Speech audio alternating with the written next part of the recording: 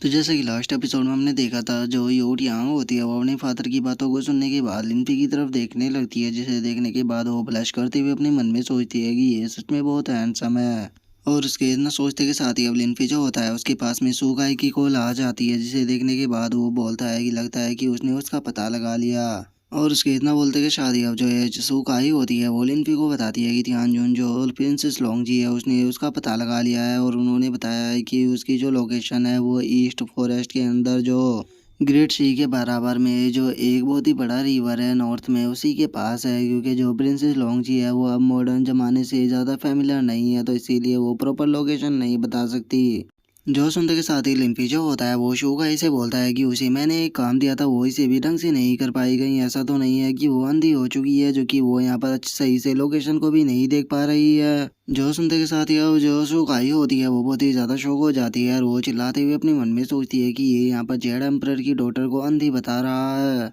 आखिर किसके ही अंदर इतनी ज़्यादा हिम्मत होगी कि वो जेड एम्परर की डॉटर के बारे में इस तरह की बात बोल सके। और इतना सोचने के बाद शोगाई जो होती है वो लिनफी को बताती है कि जो एंसेस्टर थी उन्होंने एक लोकेशन को मार्क किया है, और उन्होंने मुझे बताया था कि उस लोकेशन के ऊपर काफ़ी सारे प्लांट है और उसी के साथ में फिश का फार्म भी है काफ़ी बड़ा। लेकिन प्रिंसेस लोंगजी की जो स्पेशल सेंस है वो पूरी तरह से गायब हो चुकी है, तो इसीलिए मैं उससे बात नहीं कर सकती। जो सुनकर अब लिनफी जो होता है वो जोंगटियान से पूछता है कि क्या तुमने इस तरह की जगह के बारे में यहाँ पर कोई सुना है, या तुम्हारी कोई जानकारी में ऐसी जगह है जैसे कि ये यहाँ पर बता रही है। जो सुनते के साथ ही हम देखते हैं कि जोंगटियान जो होता है उस बेचारे के पसीने छूटने लगते हैं, और वो तो बहुत घबराते हुए बोलता है कि ठीक है मैं थोड़ा सोचता हूँ। और इतना बोलकर जोंगटियान जो होता है वो अपने मन में सोचता है कि मैं तो पूरे दिन बस एनिमे और गेम ही खेलता रहता हूँ, तो फिर आखिर मुझे कैसे ही यहाँ पर फार्मिंग या फिर माउंटेन के बारे में पता होगा। और उसके इतना सोचते के साथ ही अब यू टियांग जो होती है वो लिनपी से बोलती है कि तियानजुन आप जिनसे पूछ रहे हो वो पूरे दिन बस एनीमे और गेम के अंदर ही घुसे रहते हैं, तो उन्हें आखिर क्या ही इस लोकेशन के बारे में पता होगा। लेकिन जिस तरह के एरिया की आप बात कर रहे हो उस तरह के एरिया को मैं जानती हूँ, वो शू युआन टाउन के अंदर है जहाँ पर कि एक न्यू एरिया बना है। और जिस तरह की आप लोकेशन को बता रहे हो वहाँ की जो लोकेशन है वो पूरी तरह से इस चीज़ के अंदर फिट बैठती है।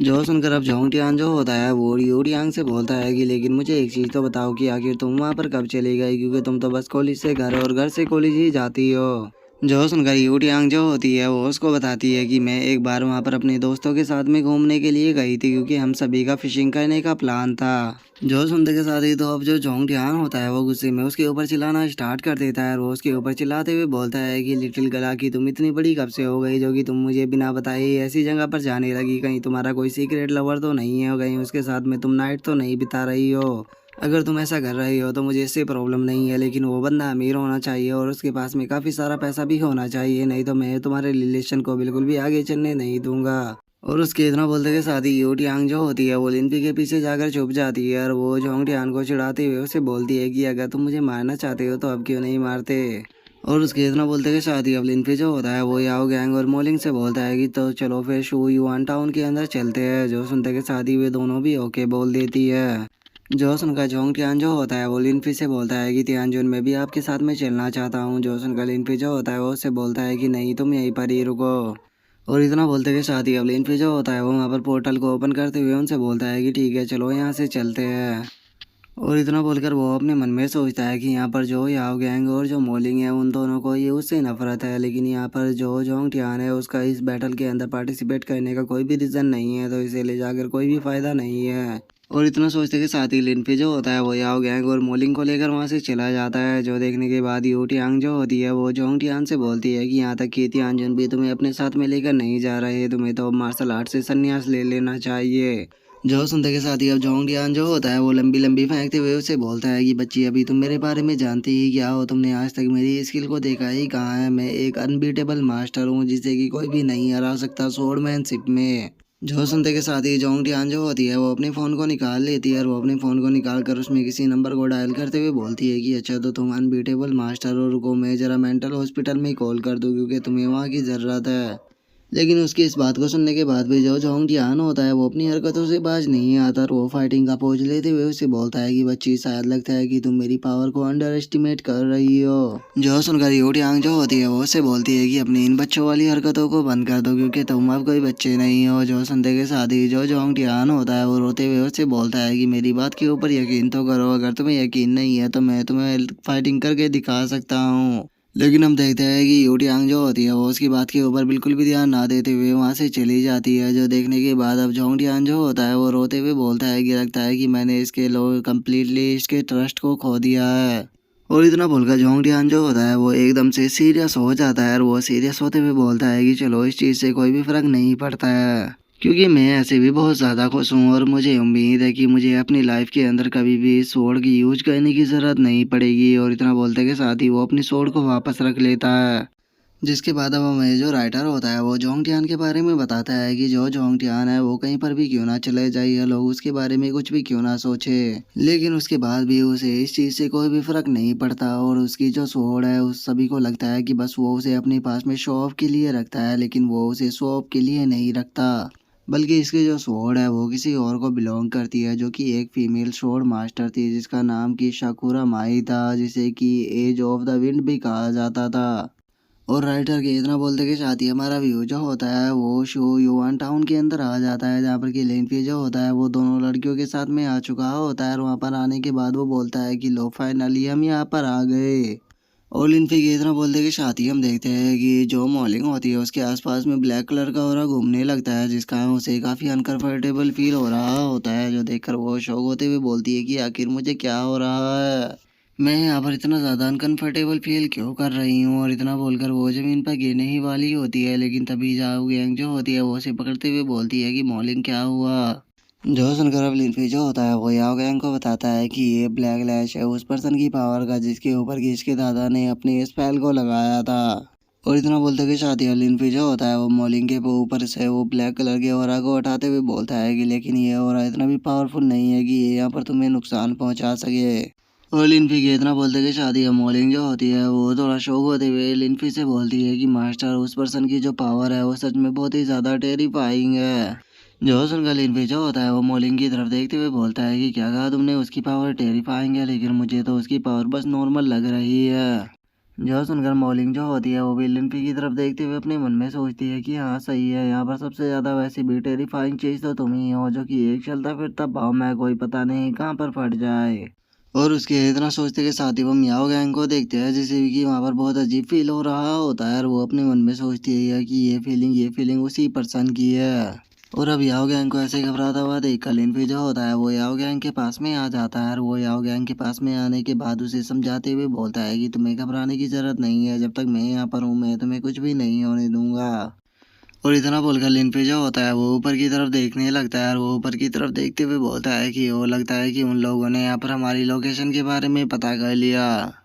और लिनफी के इतना बोलते के साथ ही हम देखते हैं कि वहाँ पर काफ़ी सारे बंदे आ चुके होते हैं, जिनमें से जो सबसे आगे वाला पर्सन होता है वो वही होता है जिसने कि बचपन में याओ गैंग को उठाने की कोशिश की थी। और अब वो जो बंदा होता है वो लिनफी की तरफ देखते हुए बोलता है कि अरे क्या बात है, जरा देखो तो यहाँ पर तियान जो एम्प्रेस याओ गैंग और उसी के साथ में जो ये लिटिल मुंह है ये सभी आए हुए हैं। और अगर यहाँ पर तुम लोगों के कल्टीवेशन की बात की जाए तो तियानजुन तुम केवल अभी गोल्डन कोर रियलम पर ही हो, और वहीं अगर इन दोनों लड़कियों की बात की जाए तो ये दोनों तो तुमसे भी ज़्यादा कमज़ोर है, तो इसीलिए मुझे लगता है कि आज तुम लोगों की यहाँ पर ही कब्र खुदने वाली है। और अब उस बंदे की पावर को महसूस करने के बाद याओ गैंग जो होती है वो सरप्राइज होते हुए बोलती है कि ये बंदा तो बहुत पावरफुल है, कहीं ये नीसेंट और रियलम पर तो नहीं है। जो सुनते के साथ ही हम मॉलिंग जो होती है वो भी थोड़ा शौक होते हुए बोलती है कि पक्का ये नीसेंट सोल रियलम पर ही होगा, तभी तो मुझे यहाँ पर इतना पावरफुल ऑरा जो था वो महसूस हो रहा था। जो सुनते के साथ ही लिनफी जो होता है वो उसकी तरफ देखते हुए बोलता है कि हाँ ये बंदा जो है वो काफ़ी ज़्यादा पावरफुल है, लेकिन एक बार जरा उसके कपड़ों को देखो। जो उसके कपड़े हैं वो हेवनली डीमन पैलेस के हैं, जो कि केवल उन्हीं पर्सनों को दिए जाते हैं जो कि प्योर मार्शल आर्ट की प्रैक्टिस करते हैं। जिसके बाद अब जो राइटर होता है वो हमें बताता है कि जो लिन युआन है वो पूरी डार्क विंड सोसाइटी को लीड करता है, और उसी डार्क विंड सोसाइटी के इलाइट यूनिट में से एक हेवनली डीमन पैलेस भी है। और अब राइटर के इतना बोलते के साथ ही वो जो बंदा होता है वो हंसते हुए लिनफी से बोलता है कि मैं जानता हूँ कि तुम यहाँ पर लिन युआन के मास्टर हो, तो इसीलिए हेवनली डीमन वॉरियर का मास्टर होने के नाते तुम यहाँ पर मेरे ग्रेट मास्टर बनते हो, जिस कारण मुझे तुम्हें यहाँ पर रिस्पेक्ट करनी चाहिए। लेकिन एक बार जरा तुम्हें देखो तो तुम तो केवल गोल्डन कोर रियलम के बस एक कुत्ते हो, तो इसीलिए मैं तुम्हें यहाँ पर ग्रीट नहीं करने वाला, क्योंकि तुम इस लायक ही नहीं हो कि मेरी ग्रीट को ले सको। जो सुनते के साथ ही लिनफी जो होता है वो उससे बोलता है कि तुम तो क्या, अगर यहाँ पर जो तुम्हारा पैलेस मास्टर चैन युआन है वो भी आ जाए तो वो भी यहाँ पर मेरा घंटा नहीं उखाड़ सकता, तो फिर तुम्हें क्या ही लगता है कि तुम यहाँ पर मेरा क्या कर लोगे। और अब लिनफी की इस बात को सुनते के साथ ही वो जो बंदा होता है उसे लिनफी के ऊपर बहुत ज़्यादा गुस्सा आ जाता है और वो गुस्से में चिल्लाते हुए अपने अटैक को बनाकर बोलता है कि तुम्हारी हिम्मत कैसे हो गई हमारे पैलेस की इस तरह से मजाक उड़ाने की। तुम आखिर खुद को समझते क्या हो? तुम बस एक गोल्डन कोर रियलम के एक कुत्ते हो जो कि यहाँ पर मेरे हाथों से मरना चाहते हो। कहीं तुम पास्ट की तरह खुद को अभी भी तियानजुन तो नहीं समझते? मैं तुम्हें बता दूं कि जो अब टाइम है वो पूरी तरह से बदल चुका है और अब जो तुम्हारी औकात है वो किसी कुत्ते से ज़्यादा कुछ भी नहीं है, तो इसीलिए टाइम आ चुका है कि मैं तुम्हें अपने हेवनली डीमन पैलेस के अटैक का मजा चखाऊं।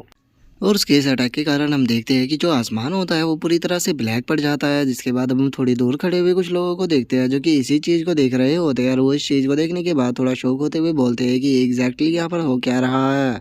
क्योंकि अभी तो आधा दिन भी नहीं बीता है और यहाँ पर रात होना स्टार्ट हो गई है। मुझे तो अभी अपनी मूवी की शूटिंग करने के लिए भी जाना था। तभी एक और बंदा जो होता है वो चिल्लाते हुए बोलता है कि एक मिनट जरा आसमान में देखो, वहाँ पर लगता है कि कोई उड़ रहा है, तो कहीं ऐसा तो नहीं कि उसने ही इस चीज़ को किया है। और उसके इतना बोलते ही हमारा व्यू जो होता है वो दोबारा से उसी डीमन के ऊपर आ जाता है जो कि याओ गैंग की तरफ देखकर जीभ निकालते हुए बोलता है कि ग्रेट ब्यूटी, इतने लंबे टाइम के बाद अब तुम काफ़ी बड़ी हो चुकी हो, तो इसीलिए अब तुम्हारे साथ में और भी ज़्यादा मज़ा आएगा, क्योंकि सिर्फ तुम्हारी बॉडी के ऊपर मेरा हक है।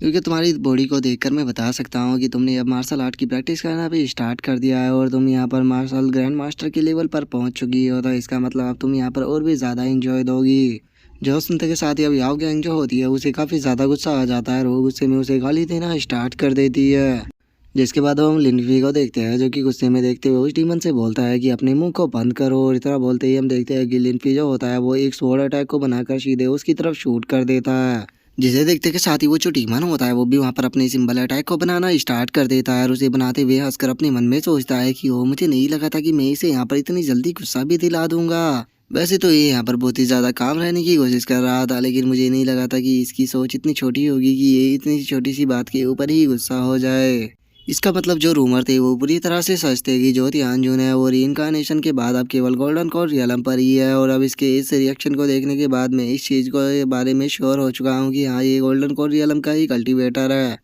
और उसके इतना सोचते के साथ ही हम देखते हैं कि दोनों अटैक एक साथ में टकराने के कारण वहाँ पर काफ़ी बड़ा धमाका होता है, जिस कारण याओ गैंग और जो मोलिंग होती है उन्हें भी काफ़ी प्रॉब्लम आने लगती है, लेकिन वे अपने चारों तरफ शील्ड बनाकर उस अटैक के प्रेशर को रोकने की कोशिश कर रही होती है। जिस कारण अब लिनफी का जो ध्यान होता है वो भी भटक जाता है और वो याओ गैंग और मोलिंग की तरफ देखने लगता है। जो देखते के साथ ही वो डीमन जो होता है वो हंसते हुए अपने दूसरे अटैक को बनाते हुए बोलता है कि तुम सच में गोल्डन कोर रियलम के ही कल्टीवेटर हो। अब इस चीज़ के ऊपर कोई भी डाउट नहीं रहा है, तो इसीलिए मैं अब यहाँ पर अपने सबसे पावरफुल अटैक का यूज करूंगा, और याद रखना ये मेरा अटैक जो है वो इतना पावरफुल होने वाला है कि ये तुम्हें छोटे छोटे पीसों में बांट देगा। और इतना बोलते के साथ ही वो डीमन जो होता है वो लिनफी के ऊपर अपने हेवनली डीमन इम्पेरल स्टेप अटैक का यूज कर देता है। जो देखते के साथ ही अब लिनफी जो होता है वो चिल्लाते हुए याओ गैंग और मोलिंग से बोलता है कि जल्दी से यहाँ से भागो। और हम देखते हैं कि उसका जो हेवनली डीमन स्टेप अटैक होता है वो सीधे आकर लिनफी से टकराता है, जिस कारण हमें काफ़ी बड़ा धमाका भी देखने के लिए मिलता है। और वहीं दूसरी तरफ मोलिंग और याओ गैंग जो होती है वो अपने चारों तरफ शील्ड बनाकर उस अटैक को रोकने लगती है, जिसे देखकर अब मोलिंग जो होती है वो बोलती है कि सच में ये अटैक जो है वो कितना पावरफुल है, ये सच में नीसेंट सोल रियलम का कल्टीवेटर होने के लायक है।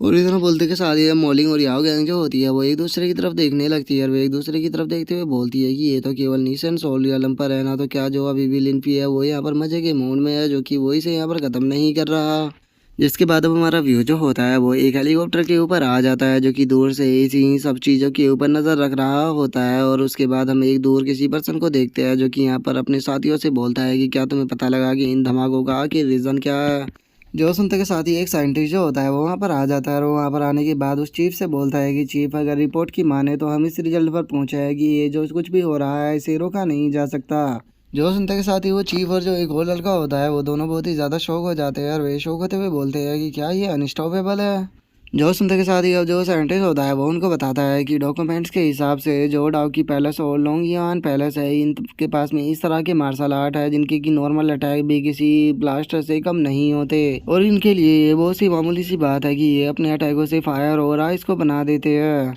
जो सुनते के साथ ही वो जो चीफ होता है वो गुस्से में बोलता है कि ठीक है जल्दी से लोगों को वहाँ से खाली कराओ और लोगों को वहाँ से निकालने के साथ ही छोटे छोटे बमों को भी तैयार करो क्योंकि उन्हें हमें दिखाना होगा कि हम लोग इतने भी कमज़ोर नहीं है कि वे लोग जो चाहे वो ये कर सके। हम यहाँ पर किसी को भी अपनी मनमानी करने नहीं दे सकते। और उसकी तरह बोलते कि शादी हमारा व्यू जो होता है वो लिन्फी और उस डीमन के ऊपर आ जाता है जो कि लिन्फी के पास में आने के बाद उससे बोलता है कि क्या तुम्हें लगता है कि तुम यहाँ पर अपनी पावर की बदौलत मेरे अटैक को डॉज कर पाए हो। अगर तुम ऐसा सोच रहे हो तो सच में तुम बहुत ही बड़े बेवकूफ़ हो क्योंकि यहाँ पर तुमने इस अटैक को डॉज नहीं किया है बल्कि मैंने तुम्हारी मदद की है इस अटैक को यहाँ पर डॉज करने के लिए जो कि मैंने खुद के एक पर्पज़ के लिए किया है क्योंकि मैं नहीं चाहता कि जो तुम्हारी बॉडी है वो यहाँ पर डैमेज हो जाए क्योंकि अभी भी तुम्हारी बॉडी जो है वो मेरे काम आने वाली है। और उसके इतना बोलते ही अब लिन्फी जो होता है वो अपने मन में सोचता है कि मुझे ऐसा महसूस हो रहा है कि कोई पर्सन जो है वो मुझे काफ़ी दूर से देख रहा है लेकिन विदाउट अपने स्पिरिचुअल सेंस के मैं पता नहीं लगा सकता कि आखिर वो पर्सन कौन है। लेकिन चूंकि अब यहाँ पर कोई मुझे देख रहा है तो इसीलिए मुझे मेरे जो एक्सप्रेशन है वो बिल्कुल पूरी तरह से रियल रखनी होगी ताकि वो पर्सन जो है वो खुद मेरे चलकर सामने आ सके। और इतना सोचते ही अब लिन्फी जो होता है वो स्टीवन से बोलता है कि ओ अच्छा तो तुम यहाँ पर इंजॉय कर रहे हो तो चलो बताओ कि आगे तुम्हारा जो इंजॉय था वो कैसा रहा। जो सुनते के साथ ही अब हम देखते हैं कि वो जो डीमन होता है वो हंसते हुए वहाँ पर बोलता है कि ओ तुम्हें देखकर ऐसा लग रहा है कि तुमने अभी पक्का अपना कोई ना कोई तुरुप का इक्का जो है वो छुपा कर रखा हुआ है क्योंकि अगर ऐसा नहीं होता तो तुम यहाँ पर नहीं आते। तुमने कुछ ना कुछ तो तैयारी की होगी यहाँ पर मुझसे निपटने के लिए नहीं तो जो तुम्हारी अभी की पावर है इस पावर में तो तुम कभी भी मेरे सामने आने का सपना भी नहीं देखते। जो सुनते के साथ ही अब लिन्फी जो होता है वो उससे बोलता है कि अच्छा तो क्या तुम्हें सच में लगता है कि मैं एक गोल्डन कोर रियलम का कल्टीवेटर हूँ। ये अफवाह मैंने जानबूझकर फैलाई थी ताकि मैं इस चीज़ को कंफर्म कर सकूँ कि तुम मेरे सामने आओ। जो सुनते ही वो डीमन जो होता है वो हंसते हुए लिन्फी से बोलता है कि अच्छा तो तुम गोल्डन कोर रियलम पर नहीं हो तो चलो फिर मुझे बताओ कि आखिर तुम कौन से रियलम पर हो। जो सुनते के साथ ही अब याओ गैंग और जो मॉलिंग होती है वे इस सिचुएशन को देखते हुए अपने मन में सोचती है कि लिन्फी जो है वो अब अपनी रियल पावर को यहाँ पर शो करने वाला है। इसका मतलब उसने अब मौन बना लिया है कि वो इसे यहाँ पर मारने वाला है। और वे दोनों इतना सोच ही रही होती है तभी लिन्फी जो होता है वो उस डीमन से बोलता है कि सच बताओ तो मैं यहाँ पर निसेंस और रियलम की पीक पर हूँ। जो सुनते के साथ ही मॉलिंग और याओ गैंग जो होती है वे दोनों बहुत ज़्यादा शौक हो जाती है और वे शौक होते हुए बोलती है कि क्या ये अभी भी यहाँ पर एक्टिंग करने के मूड में है। और अब निसेंट सोलरियलम की पीक का नाम सुनते के साथ ही वो डीमन भी थोड़ा सीरियस हो जाता है और वो सीरियस होते हुए बोलता है कि अच्छा तो तुम निसेंट सोलरियलम की पीक पर हो। अब मुझे समझ में आया कि तुम्हारे अंदर इतनी हिम्मत कहाँ से आ गई कि तुम मेरे सामने आ सको। और इतना बोलते के साथ ही वो डीमन जो होता है वो अपने मन में सोचता है कि डैमिट मैं यहाँ पर निसेंट सोलरियलम की अर्ली स्टेज पर हूँ और वहीं ये पीक पर है तो इसीलिए हम दोनों की पावर के बीच में बहुत बड़ा डिफरेंस है। हमारे डीमन पैलेस के अंदर जो एंशिएंट रिकॉर्ड रखे हुए हैं उसके बारे में इसके बारे में काफ़ी अच्छे से मेंशन किया गया है कि ये दूसरे कल्टीवेटर को कल्टीवेट कराने के लिए जो इसके रियलम हुआ करते थे ये उन्हें एडजस्ट कर कर सेम उसी के इक्वल ले आता था जिससे कि ये फाइट कर रहा होता था। लेकिन सेम रियलम पर होने के बाद भी कोई भी इसे नहीं जीत पाता था। यहाँ तक कि जो लिन युवान हमारे एंसिस्टर थे उन्होंने भी सेम रियलम पर होने के बाद इसके साथ में फाइट की थी लेकिन उसके बाद भी वे इसे यहाँ पर नहीं जीत पाए थे। लेकिन अब इसकी वो पावर नहीं रही है। अब ये वो पहले से बहुत ज़्यादा कमज़ोर हो चुका है तो इसका मतलब अगर मैं इसके सेम रियलम पर आ जाता हूँ तो यहाँ पर मैं बहुत ही आसानी से जीत सकता हूँ। और इतना सोचते के साथ ही अब वो डीमन जो होता है वो वहाँ से भागने लगता है और वहाँ से भागते हुए बोलता है कि ओ कहीं तुम्हें ऐसा तो नहीं लग रहा कि अगर तुम निशंट सौर रियलम की पीक पर हो तो तुम मुझे यहाँ पर मार सकते हो। सच में तुम तो बहुत बड़े बेवकूफ़ हो। और अब उसे वहाँ से इस तरह से भागता हुआ देखकर जो लिन्फी होता है वो उससे बोलता है कि तुम आखिर क्या कर रहे हो। क्या तुम जो डीमन टेक्निक होती है एब्जॉर्बिंग क्यों आई क्या उसके बारे में जानते हो। जो सुनकर वो डीमन जो होता है वो हंसते हुए बोलता है कि हाँ बिल्कुल मैं उस टेक्निक के बारे में बहुत ही अच्छे से जानता हूँ लेकिन अब इस चीज़ के बारे में तुम काफ़ी ज़्यादा लेट हो चुके हो। और इतना बोलते ही वो अपनी टेक्निक का यूज कर देता है। और अब अपने कैप्टन को अपनी तरफ आता हुआ देखकर जो उसके साथी होते हैं वो उसे देखते हुए बोलते हैं कि क्या हुआ आखिर कैप्टन जो है वो इतनी जल्दी यहाँ पर क्यों आ रहे हैं। तभी एक और बंदा बोलता है कि कहीं ऐसा तो नहीं कि जो कैप्टन है उन्हें हमारी मदद चाहिए। और उनके इतना बोलते के साथ ही वो डीमन जो होता है वो आकर सीधे उन सभी की जो एनर्जी होती है उन्हें एब्जॉर्ब करना स्टार्ट कर देता है और उन्हें एब्जॉर्ब करते हुए बोलता है कि तुम लोग तो वैसे भी डीमन पैलेस के ही लिए बने हो और तुम डीमन पैलेस के लिए अपनी जान भी दे सकते हो। तो इसीलिए आज जो डीमन पैलेस है उसे यहाँ पर तुम्हारी मदद की ज़रूरत है तो यहाँ पर अपनी लाइफ को सेक्रीफाइस कर कर डीमन पैलेस की मदद करो। और इतना बोलते के साथ ही वो ज़ोर ज़ोर से हंसने लगता है। और उस टेक्निक को देखने के बाद अब लिनफी जो होता है वो बोलता है कि ये एक डेमोनिक टेक्निक है जिसे कि एब्जॉर्बिंग क्यूआई कहा जाता है, और इस टेक्निक को परफॉर्म करने के लिए जो इसका यूज़र होता है उसे इसका यूज अपने स्टूडेंटों के ऊपर ही करना पड़ता है। और लिनफी के इतना बोलते कि शादी हम देखते हैं कि जो वो डीमन होता है वो वहाँ पर जोर जोर से हंसने लगता है, और वो हंसते हुए बोलता है कि अपने एंसेस्टर की इस टेक्निक की मदद से मैं निशेन सोलियलम की पीक पर आ चुका हूँ। अब यहाँ पर कोई भी ऐसा नहीं है जो कि मुझे हरा सके। लिनफी अब तुम मरने के लिए तैयार हो जाओ, क्योंकि अब तुम मेरा यहाँ पर सामना नहीं कर पाओगे। जो सुनने के बाद लिनफी जो होता है वो उससे बोलता है कि ओ अच्छा, तो तुम मुझे यहाँ पर मारने की बातें कर रहे हो, तुमने पता नहीं कल्टीवेशन करने के लिए कितने लोगों को मारा होगा, लेकिन इन द एंड यहाँ पर तुम भी मारे ही जाने वाले हो। जो सुनकर वो डीमन जो होता है वो हंसते हुए लिनफी से बोलता है कि ओ क्या सच में तुम्हें लगता है कि तुम यहाँ पर आसानी से मेरे साथ में डील कर पाओगे? शायद तुम नहीं जानते हो कि मैं जो हेवनली डीमन गॉड था उसका डिसेंडेंट हूँ, और उसी के साथ में मैंने पता नहीं कितने हेवनली स्क्रिप्चर को प्रैक्टिस किया हुआ है।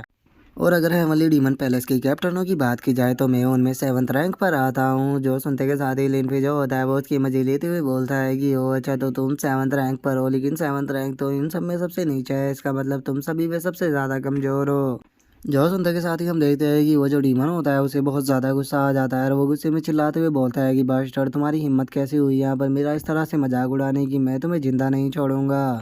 और उसके इतना बोलते कि शादी अब लिनफी जो होता है वो अपने मन में सोचता है कि ये हेवनली डीमन पैलेस का 7वां कैप्टन है, इसका मतलब अभी भी जो हेवनली डीमन पैलेस है वो पूरी तरह से डिस्ट्रॉय नहीं हुआ है। तो लगता है कि मुझे इस ब्रैड से यहाँ पर थोड़ी और इन्फॉर्मेशन निकालनी होगी। और उसके इतना सोचते के साथ ही हमारा व्यू जो होता है वो दोबारा से उसी कैप्टन के ऊपर आ जाता है, जो कि अपने साथी से बोलता है कि क्या हुआ, क्या सभी लोगों को वहाँ से निकाल लिया गया है, और जो इनकाउंटर बॉम्ब है क्या वे तैयार हो गए?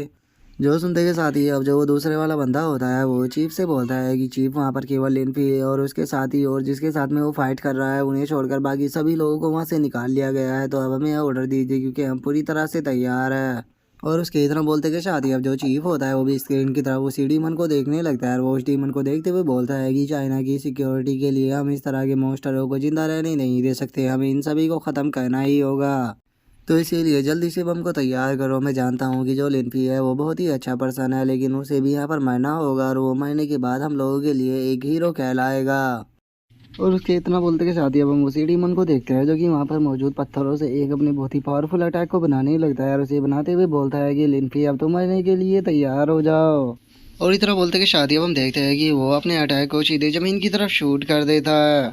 जो देखते के साथ ही अब लिनफी जो होता है वो भी अपनी किसी टेक्निक को परफॉर्म करने लगता है, और वो अपनी टेक्निक को परफॉर्म करते हुए बोलता है कि वो लगता है कि तुमने हेवनली डीमन पैलेस की बहुत सारी टेक्निकों को मास्टर किया हुआ है, लेकिन क्या तुम्हें सच में लगता है कि जो हेवनली डीमन पैलेस की टेक्निक है वही इस वर्ल्ड के अंदर सबसे पावरफुल डीमन टेक्निक है? और अब लिनफी के हाथ में उस एनर्जी सोर्ड को देखते के साथ ही वो जो डीमन होता है वो बहुत ज़्यादा शौक हो जाता है, और वो शौक होते हुए बोलता है कि आखिर ऐसा कैसे हो सकता है, क्या इस पर्सन ने भी यहाँ पर हेवनली डीमन स्क्रिप्चर को प्रैक्टिस किया हुआ है? नहीं, ऐसा नहीं हो सकता, ये उन्हें बिल्कुल भी प्रैक्टिस नहीं कर सकता, पक्का ये मुझे यहाँ पर बेवकूफ़ बनाने की कोशिश कर रहा है। जो सुनते के साथ ही अब जो लिनफी होता है वो अपनी स्लैश को करते हुए उसे बोलता है कि मैं सभी जानता हूँ कि जो हेवनली डीमन पैलेस के अंदर जितनी भी टेक्निक रखी हुई है वे सभी के सभी जो लिनियोआन है उसके द्वारा ही क्रिएट की गई है। और लिनफी के इतना बोलते के साथ ही हम देखते हैं कि जो उसका स्लैश होता है वो सीधे जाकर उस पत्थर से टकराता है, लेकिन उस पत्थर पर कोई भी असर नहीं होता। जो देखते के साथ ही अब जो वो डीमन होता है वो वहाँ पर पागलों की तरह हंसते हुए लिनफी से बोलता है कि ओ क्या तुम्हें सच में लगा था कि तुम अपनी बेकार सी टेक्निक को यहाँ पर परफॉर्म कर जो मेरा मीटियोर अटैक है उसे यहाँ पर डिस्ट्रॉय कर दोगे? चलो मैं तुम्हें यहाँ पर एक राज की बात बताता हूँ, अगर तुम इस मीटियोर को यहाँ पर डिस्ट्रॉय भी कर देते हो तो जो इसके छोटे छोटे हिस्से होंगे वो जहाँ पर भी गिरेगी वो फुल मीटियोर के बराबर ही धमाके करेंगे। तो अगर तुम इस मीटियोर को यहाँ पर डिस्ट्रॉय भी कर देते हो तो उससे तो यहाँ पर और मेरा ही ज़्यादा फायदा होने वाला है। और इतना बोलते के साथ ही वो जो डीमन होता है वो वहाँ पर और भी ज़ोर ज़ोर से हंसने लगता है। जो सुनते के साथ ही अब लिनफी जो होता है वो अपने एक और स्लैश को करते हुए बोलता है कि ओ मुझे ये इन्फॉर्मेशन देने के लिए तुम्हारा बहुत बहुत शुक्रिया, नहीं तो मैं इसे सच में छोटे छोटे पीसों में ही डिवाइड करने वाला था, लेकिन अब मैं इसे इतने छोटे छोटे पीसों में काटूंगा कि इसके यहाँ पर पीस ही नहीं बचेगी। और इतना बोलते के साथ ही लिनफी जो होता है वो उस मीटियोर को छोटे छोटे हिस्सों में काटना स्टार्ट कर देता है, और हम देख पाते हैं कि लिनफी ने उस मीटियोर को इतने छोटे छोटे हिस्सों में काटा होता है कि उसकी भी केवल वहाँ पर अब धूल ही बचती है। जो देखते के साथ ही वो डीमन भी शौक होकर चिल्लाते हुए बोलता है कि आखिर ऐसा पॉसिबल भी कैसे है? और उसके इतना बोलते कि शादी अब लिनफी जो होता है वो अपनी स्लैश को आगे करते हुए उससे बोलता है कि वो तुमने ही तो कहा था कि इसके छोटे छोटे हिस्से जो है वो जहाँ पर भी गिरेंगे धमाका करेंगे, तो इसीलिए मैंने इसके हिस्सों को इतना छोटा छोटा कर कर काटा कि वे केवल डस्ट ही बन गए हैं, जो कि अब धमाका करने की हालत में बिल्कुल भी नहीं है। तो अब बताओ तुम यहाँ पर क्या कहना चाहोगे। और उसके तरह बोलते कि साथ ही अब हम याओ गैंग को देखते हैं, जो कि इस चीज़ को देखने के बाद बहुत ज़्यादा शौक हो जाती है। और वो शौक होते हुए बोलती है कि मुझे यकीन नहीं होता कि लिनफी जो है वो इतने पावरफुल अटैक को भी यहाँ पर परफॉर्म कर सकता है। और याओ गैंग की इस बात को सुनकर लिनफी जो होता है वो याओ गैंग से बोलता है कि अरे तुम्हें टेंशन लेने की ज़रूरत नहीं है, मैं तो बस उसे यहाँ पर बेवकूफ़ बना रहा हूँ। इस वर्ल्ड के अंदर कोई भी ऐसी चीज़ नहीं है जिसे कि मैं परफॉर्म नहीं कर सकता। जो सुनते के साथ ही याओ गैंग और जो मॉलिंग होती है वो भी हंसने लगती है। और वह हंसते हुए बोलती है कि सच में ये कभी नहीं सुधरने वाला, इसकी जो एक्टिंग होती है उसे देख के तो एक बार को मैं भी सीरियस हो जाती हूँ। और उनके इतना बोलते कि शादी अब लिन पे जो होता है वो वहाँ पर उस डीमन से बोलता है कि अब मैं यहाँ पर एक और हेवनली डीमन टेक्निक को परफॉर्म करने वाला हूँ, जिससे कि तुम पता नहीं कितने लंबे टाइम से यहाँ पर प्रैक्टिस कर रहे हो, और उसी टेक्निक से मैं तुम्हें यहाँ पर हराऊंगा। जो सुनते के साथ ही वो जो डीमन होता है वो भी जोर जोर से हंसने लगता है। और वो हंसते हुए बोलता है कि अच्छा, तो तुम यहाँ पर मुझे मेरी ही टेक्निक से हराने की बात कर रहे हो, जिससे कि मैं 100 सालों से भी ज़्यादा से प्रैक्टिस करता आ रहा हूँ। कहीं तुम्हें ऐसा तो नहीं लगता कि तुमने मेरी इस मेट्योर टेक्निक को यहाँ पर डिस्ट्रॉय कर दिया है, तो तुम यहाँ पर मुझे हरा सकते हो। शायद तुम्हें नहीं पता है कि ये मेरा सबसे पावरफुल अटैक नहीं था, बल्कि मेरा सबसे पावरफुल जो अटैक है वो मैं अब परफॉर्म करने वाला हूँ, जिससे कि यहाँ पर तुम बिल्कुल भी नहीं बच पाओगे। और इतना बोलते के साथ ही अब जो वो डीमन होता है वो वहाँ पर अपने सिंबल अटैकों को बनाना स्टार्ट कर देता है। जो देखते के साथ ही अब लिनफी जो होता है वो बोलता है, ओह क्या बात है, क्या तुम यहाँ पर हेवनली डीमन डिस्ट्रैक्शन टेक्निक का यूज कर रहे हो? तो क्या यही वो तुम्हारी सबसे पावरफुल टेक्निक है जिसके बारे में तुम यहाँ पर बात कर रहे थे? अगर तुम यहाँ पर इस टेक्निक की बात कर रहे थे तो सच में मैं तुमसे काफ़ी ज़्यादा डिसअपॉइंट हुआ हूँ। और इतना बोलते के साथ ही अब लिनफी जो होता है वो वहाँ पर अपनी हेवनली डीमन ड्रैगन टेक्निक को परफॉर्म करना स्टार्ट कर देता है, जिसे देखने के बाद तो वो जो डीमन होता है उसकी भी हालत ख़राब हो जाती है। और वो शौक होते हुए अपने मन में सोचता है कि आखिर ये इस अटैक को कैसे कर सकता है। इस अटैक को तो यहाँ तक मैं भी नहीं सीख पाया था, तो क्या इसे ये बंदा अभी तक जानबूझकर मुझे यहाँ पर कमज़ोर दिखा रहा था। और इतना बोलते के साथ ही वो जो डीमन होता है वो लिनफी की तरफ अपने स्लैश अटैक को करते हुए बोलता है कि दोस्त फाइनली तुमने अपने ट्रम्प कार्ड को यहाँ पर दिखाई दिया, लेकिन कोई बात नहीं, मैं तुम्हें अभी भी जिंदा नहीं छोड़ूंगा, मैं तुम्हें यहाँ पर मार दूंगा। और उसके इतना बोलते के साथ ही हम देखते हैं कि लिनफी का ड्रैगन अटैक और जो उस डीमन का सिंबल अटैक होता है वो दोनों एक दूसरे से सीधे जाकर टकराते हैं, जिस कारण हमें वहाँ पर काफ़ी बड़ा धमाका भी देखने के लिए मिलता है। और अब उस अटैक को देखने के बाद लिनफी जो होता है वो अपने मन में सोचता है कि मैंने तो बस यहाँ पर ऐसे ही रैंडमली अटैक को बना दिया था, मुझे नहीं लगा था कि ये ब्रैट इसे यहाँ पर सबसे पावरफुल अटैक बता देगा। और लिनफी के इतना बोलते के साथ ही हम देखते हैं कि जो उसका ड्रैगन अटैक होता है वो उस डीमन के अटैक को वहाँ पर डिस्ट्रॉय कर देता है। जो देखने के बाद लिनफी जो होता है वो उस डीमन से बोलता है कि अरे ये कितने शर्म की बात है, जरा देखो तो यहाँ पर तुम्हारा ए लेवल का जो अटैक था वो मेरे छोटे से अटैक को भी नहीं झेल पाया। और उसके इतना बोलते कि शादी हम देखते हैं कि वो जो डीमन होता है वो वहाँ पर बहुत ज़्यादा शौक हो जाता है। और वो शौक होकर चिल्लाते हुए बोलता है कि नहीं, ऐसा नहीं हो सकता कि तुम मेरे अटैक को यहाँ पर डिस्ट्रॉय कैसे कर सकते हो। और उसके इतना बोलते के साथ ही हम देखते हैं कि वो जो ड्रैगन होता है वो सीधे उस डीमन को अपने मुंह में पकड़ लेता है। और उसे अपने मुंह में पकड़ते के साथ ही हम देखते हैं कि वो सीधे आकर ज़मीन से टकराता है, जिस कारण हमें काफ़ी बड़ा धमाका देखने के लिए मिलता है। और अब हम देखते हैं कि वहाँ पर काफ़ी बड़ा गड्ढा हो चुका होता है और वो जो डीमन होता है वो उसी गड्ढे के अंदर गिरा हुआ पड़ा होता है, जिसे देखने के बाद अब लिनफी जो होता है वो उससे बोलता है कि वैसे जो तुम्हारी टेक्निक थी वो मेरी टेक्निक के सेम थी, तुमने भी यहाँ पर पहले अपनी टेक्निक को बनाने के लिए यहाँ पर जो ट्रू एसेंस था उसे कल्टिवेट किया, फिर प्रोमोइडियल स्क्रिप्चर को कल्टिवेट किया, और उसके बाद तुमने जो ट्रांसफॉर्मेशन बॉडी थी उसे कल्टिवेट करना स्टार्ट किया। इससे पता लगता है कि जो लिन युआन था उसे मार्शल आर्ट की कितनी ज़्यादा अच्छी समझ थी कि उसके द्वारा क्रिएट की गई जो स्किल है वो सेम मेरे ही लेवल की है। और यहाँ पर अगर तुम्हारी इस टेक्निक की बात की जाए तो वाकई में ये टेक्निक तुम्हारे पास में सबसे पावरफुल टेक्निक थी, और इस टेक्निक की मदद से तुम अपने से पावरफुल कल्टीवेटर को भी बहुत ही आसानी से हरा सकते थे। लेकिन ये काफ़ी दुख की बात है कि तुम्हारा जो सामना है वो यहाँ पर मुझसे हुआ। और इतना बोलते कि शादी अब लिनफी जो होता है वो अपने पैर को सीधे उस डीमन के ऊपर रख देता है, लेकिन तभी हम देखते हैं कि एक प्लेन जो होता है वो उधर ही आ रहा होता है और वो उस तरफ आते हुए बोलता है कि जो टारगेट है वो लॉक हो चुका है। और इतना बोलते कि शादी वो सीधे न्यूक्लियर बॉम्ब जो होता है उसे लिनफी की तरफ शूट करते हुए बोलता है कि ये अटैक बहुत ज़्यादा पावरफुल होने वाला है, और ये चाहे कल्टीवेटर जो है वो कितने भी पावरफुल क्यों ना हो, लेकिन वो यहाँ पर न्यूक्लियर बम से नहीं बच सकते। और अब उस न्यूक्लियर बॉम्ब को अपनी तरफ आता हुआ देखकर जो लिनफी होता है वो बोलता है कि ये लोग यहाँ पर पागल हो चुके हैं, जो कि न्यूक्लियर बम का इस्तेमाल कर रहे हैं। जो गोल्डन कोरियलम का कल्टीवेटर होता है उसके ऊपर न्यूक्लियर बॉम्ब का कोई भी असर नहीं होता।